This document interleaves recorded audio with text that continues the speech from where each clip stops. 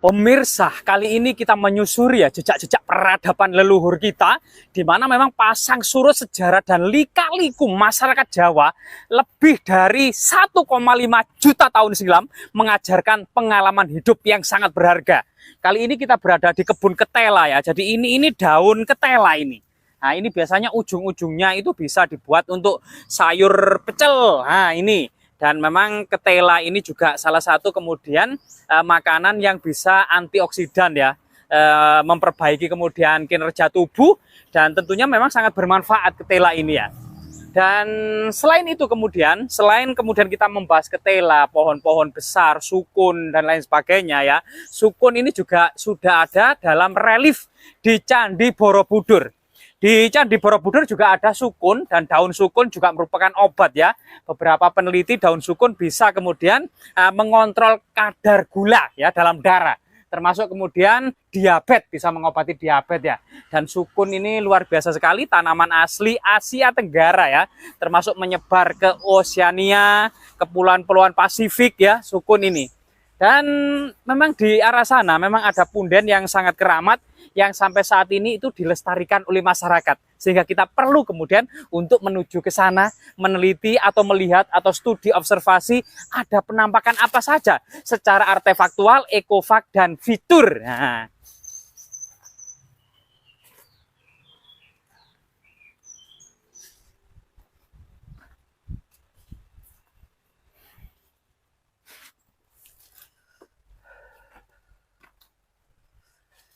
Jadi memang gugusan Kepulauan Nusantara ini memang berbeda dengan benua Asia atau benua Afrika atau benua Amerika dan Eropa ya. Jika memang benua-benua ini terbentuk awal mula terbentuknya bumi ini ketika mulai mengalami pendinginan, tetapi kemudian Kepulauan Nusantara ternyata baru terbentuk sekitar 60 juta tahun silam. Jadi ketika dinosaurus zaman-zaman kapur ini sudah berakhir sekitar 70 juta tahun silam, ternyata kemudian gugusan pegunungan api dari dasar laut ini bermunculan ke permukaan, membentuk gugusan yang saat ini menjadi Pulau Sumatera, Pulau Jawa, ya kemudian Pulau Bali, Lombok, dan lain sebagainya. Ini merupakan gugusan api ya, yang di dalamnya ada semacam ring of fire. Dan ini mulai terbentuk ketika 60 juta tahun silam dan terus berproses hingga saat ini, dan mulai menjadi daratan sekitar masa Pleistosen tengah ya, sekitar 2 juta tahun silam. Nah, coba kita ke arah sana. Nah, dan di sini memang ada daun-daun yang cukup indah ya. Jadi daun ini pada masa lalu, masa kuno, digunakan sebagai bungkus. Nah, biasanya itu bungkus kelanting. Nah, bungkus kelanting. Kelanting itu ya salah satu makanan asli Nusantara ya, dibungkus seperti ini gitu ya. Nah, kemudian apa namanya lah ini bungkusnya seperti ini, di dalamnya ada semacam kue-kue dari ketan, kemudian gula Jawa atau gula aren gitu ya, kemudian ada yang dari banyak ya warnanya, ada yang merah, ada yang hijau, ada yang putih, yang ketan itu ya. Dan kita juga sekarang ini sulit untuk mendapatinya lagi di pasar-pasar. Nah ini.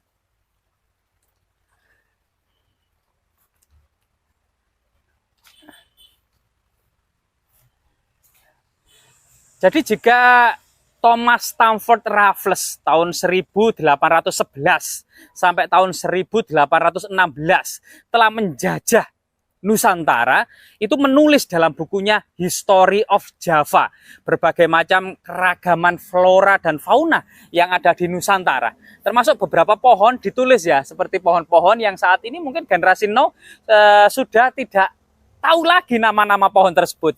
Ya, misalnya ini diberi nama Kiai Jaran. Nah, ini Kiai Jaran. Ada juga kemudian pohon Trenggulun. Nah, ini yang saat ini memang sudah tidak familiar lagi. Jika kemudian di bawah pohon Kiai Jaran dan Trenggulun ini mungkin saja ada artefak-artefak penting, mari kita telusuri bersama-sama.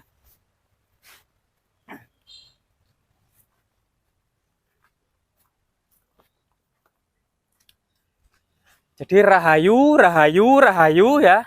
Ternyata di sini ada 2 buah makam yang diduga makam leluhur dari desa ini.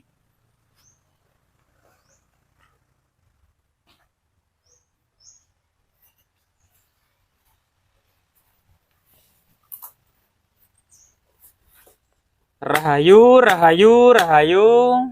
Wong wilahing sekaring jagat bawana langgeng sekaring kajang sekaring mayang. Mbah putunipun sowan Mbah. Wa khuson ila ruhi. Bisiril Fatihah.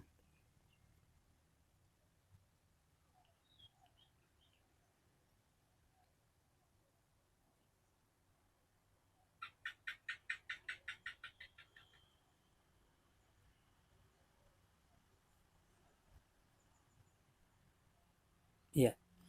Jika kita lihat sejarah desa ya, bahwasanya munculnya desa saat ini yang sekarang masyarakatnya mungkin ya di atas 1.000 orang masing-masing desa. Jika kita lihat mungkin awal kemerdekaan masih beberapa puluh orang saja. Jika kita lihat pada masa kuno, mungkin desa-desa itu sangat sekali jarang penduduknya ya.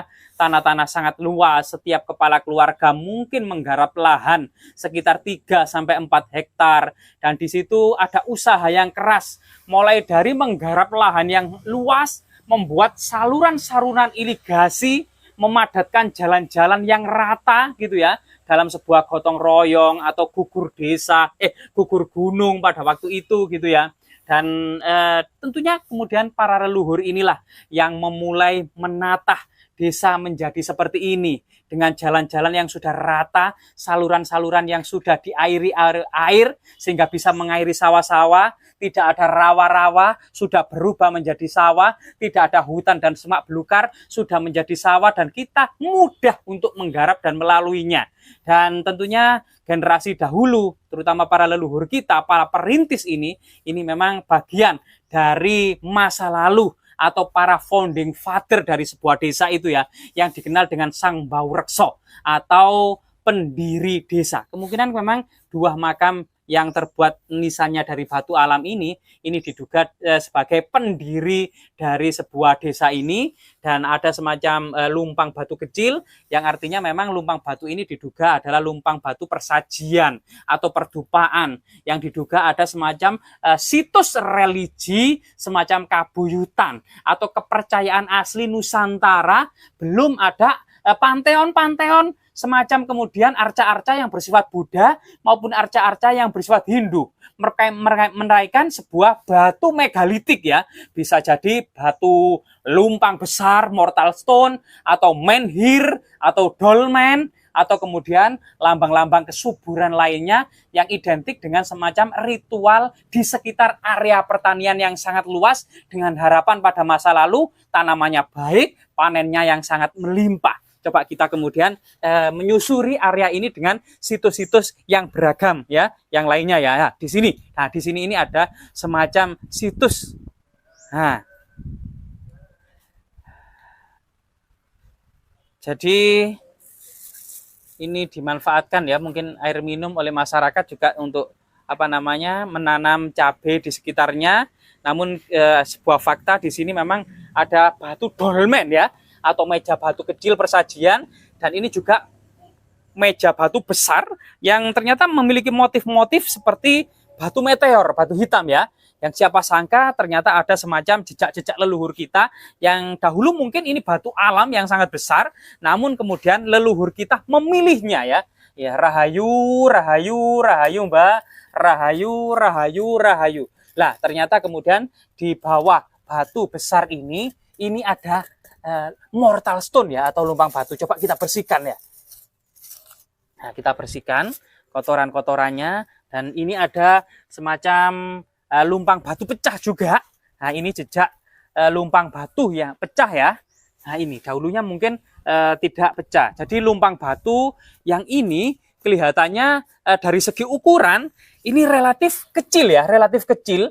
Kalau ini untuk menumbuk biji-bijian, untuk menumbuk kemudian umbi-umbian, ini terlalu landai dan kecil. Sehingga kemudian apa fungsi dan kegunaan batu lumpang ini, atau juga mirip dengan batu dakon dari segi ukuran ya, yang diduga kemudian pada masa lalu batu ini sebagai batu peringatan, batu lambang kesuburan, tempat duduk arwah nenek moyang, termasuk kemudian tetesan-tetesan air yang hujan untuk pertama kalinya yang ditampung ini bisa juga sebagai titi mongso ya, atau pranatah mangsa. Sedangkan lumpang yang besar ini, yang dengan lubang yang besar, memang ini memiliki fungsi profan gitu ya, yang diduga batu lumpang besar ini untuk menumbuk biji-bijian, dedaunan, rempah-rempah atau umbi-umbian untuk kebutuhan pangan, untuk kebutuhan makan untuk sehari-hari. Sedangkan lumpang ini memang diduga memang dengan lubang yang relatif dangkal memiliki makna magis dan sakral. Termasuk bisa jadi ya pada masa peradaban kuno Hindu-Buddha, lumpang ini untuk menetapkan sebagai tanah sima perdikan area ini gitu ya, di mana dalam ceritanya dalam prasasti seorang pendeta Makudur itu ya, dalam menetapkan upacara penetapan atau penusukan tanah sima perdikan, itu kemudian memecah telur di atas batu kalumpang, menyembelih ayam di atas batu kalumpang, seraya kemudian menghadap ke utara, menghadap ke barat, menghadap ke selatan, menghadap ke timur, membacakan mantra-mantra dan doa-doa pada masa lalu termasuk dewa-dewi disebut. Setelah itu membacakan kutukan-kutukan yang sangat menyeramkan bagi siapa saja yang berbuat jahat di atas tanah sima perdikan. Dari 4 golongan, misalnya 4 catur warna ya, termasuk pada masa kuno itu masyarakat dibagi 4 catur warna, yaitu golongan Brahmana, golongan kesatria, golongan waisa, golongan sudra, maupun di luar kasta ya, ada golongan paria, meleca, tuca, ini merupakan golongan-golongan orang jahat, penjahat dan lain sebagainya, itu orang-orang di luar kasta. Sehingga kemudian termasuk kemudian dari golongan 4 catur asrama ya, 4 catur asrama masyarakat dahulu dibagi menjadi 4 catur asrama dari segi usia, yaitu brahmacarin, usia mencari ilmu sebanyak-banyaknya, usia anak-anak ya, grihasta yaitu usia berumah tangga, wanaprasta usia pensiun pergi ke hutan untuk menemui para pertapa memperdalam dharma, dan sunyasa fokus meditasi ya, usia ini guna kemudian persiapan menjemput moksa. Nah, ini adalah 4 catur asrama. Dari 4 catur asrama maupun 4 catur warna, siapa saja yang berbuat jahat di area tanah-tanah sima perdikan dengan status batu kalumpang ini, kemudian akan mendapatkan kutukan-kutukan ya, barang siapa saja yang melanggar ketetapan raja atau berbuat jahat tersebut, jika ke sungai akan dimakan buaya, jika ke hutan akan dipatok ular, jika ke laut akan dimakan ikan, kemudian akan direngkah kepalanya, akan disobek perutnya, akan diburai ususnya, akan diminum darahnya, akan dimakan otaknya ya, dan akan diperlantingkan dari tempat yang sangat tinggi sehingga hancur, remuk dan binasa.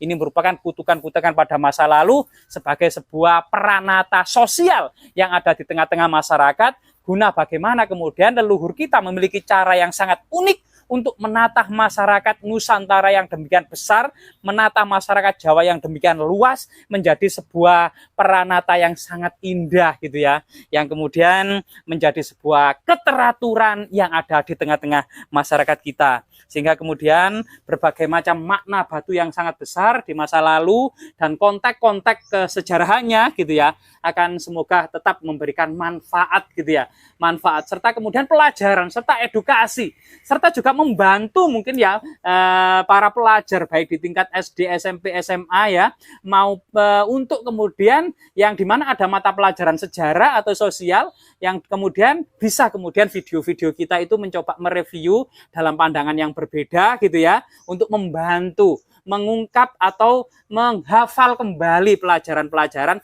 yang sudah dipelajari di bangku sekolah. Semoga kemudian aktivitas kita bermanfaat dan ternyata tidak hanya bangku sekolah dan buku saja secara teoritis, kita langsung terjun di lapangan untuk membuktikan secara empirik, kredibel dan autentik bahwasanya keberadaan ya berbagai macam hal-hal seperti ini nyata adanya, bahwasanya pada masa lalu di suatu tempat tertentu di waktu itu ada semacam ritual ya, di mana kemudian masyarakat datang ke sini bersama-sama kenduri, bersama-sama makan bersama, guyub rukun sebagai sebuah peranata sosial, kerukunan, gotong royong, dan ini merupakan mahkota dari masyarakat Nusantara. Semoga bermanfaat.